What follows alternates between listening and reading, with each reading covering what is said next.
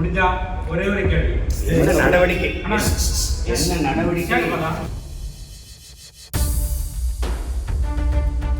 விசாரணை பண்ணியிருக்கேன். அமலாக்கத்துறை நடவடிக்கை எப்படி பார்க்குறீங்க நீங்கள்? நீங்கள் எங்கெல்லாம் அமலாக்கத்துறை சோதனைக்கு போனீங்களோ அந்த முதலாளிகள்ட்டெல்லாம் நீங்கள் பணம் வாங்கியிருக்கீங்க. எலக்ட்ரல் பாண்டில், தேர்தல் பத்திரத்தில் வாங்கியிருக்கீங்களா இல்லையா? இடி ரைடு எங்கெங்கே போச்சோ அங்கெல்லாம் காசு வாங்கி. அமலாக்கத்துறை நடவடிக்கைன்னு நீங்கள், நான் உங்கள்கிட்ட கேட்குறேன், சிபிஐன்னு ஒன்று இருக்குல்ல, அதுக்கு என்ஐஏக்கு என்ன வித்தியாசம் இருக்குது? சிபிஐ சரியில்லைன்னு என்ஐஏ கொண்டு வந்தீங்களா? இன்கம் டேக்ஸ்ன்னு ஒன்று இருக்குல்ல, வருமான வரி சோதனைன்னு ஒன்று வச்சுருக்கீங்கள, அதுக்கு மேலே அமலாக்கத்துறை இது வந்தது. அப்போ வருமான வரித்துறையை கலைச்சி விட்டணும். அமலாக்கத்துறை தான் சரியாக விசாரிக்கும், சரியாக நடவடிக்கை எடுக்கும்னா.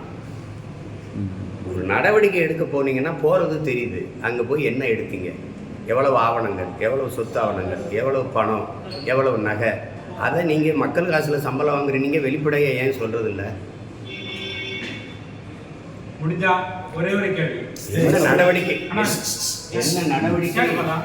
என்ன நடவடிக்கை எடுக்கப்பட்டதுன்னு மக்களுக்கு தெரியாத போது அதில் எந்த துறை மேலே எப்படி நம்பிக்கை வரும்னு சொல்லுங்கள். தமிழ்நாட்டில் வந்து நாங்கள் டாஸ்மாக மூடுன்னு சொல்லிட்டு திமுக தேர்தல் அறிக்கையில் கூறவே இல்லைன்னு மனோ தங்கராஜ் சொல்லியிருக்கிறாரு. ஆனால் படிப்படியாக குறைப்போம், அவங்களுக்கு வந்து கவுன்சிலிங் கொடுப்போம் அப்படிங்கிற மாதிரி சொல்கிறாரு. இதை எப்படி பார்க்குறீங்க நீங்கள்? ஒரு மறந்துட்டு சொல்கிறாரு. முதல்ல சொன்னாங்க 2016 சொன்னாங்களா இல்லையா? 21 சொல்லலை, 16 சொன்னாங்க. வேணா அந்த பேச்சு இருக்கு உங்களுக்கு அனுப்பிட்டா. எல்லாருமே பேசுனாங்க. ஐயா ஸ்டாலின் பேசுனாங்க, அம்மையார் கனிமொழி பேசுனாங்க, தம்பி உதயநிதி ஸ்டாலின் பேசுனாங்க, எல்லாருமே பேசியிருக்காங்க. அப்புறம் வசதியாக இப்போ மறந்துட்டாங்க. அவங்க 16 தோற்றதுக்கு காரணம் நம்ம இந்த டாஸ்மார்க்கை மூடும்னு சொன்னதாக பேசிட்டாங்க. தோற்றாலும் மூடணும்.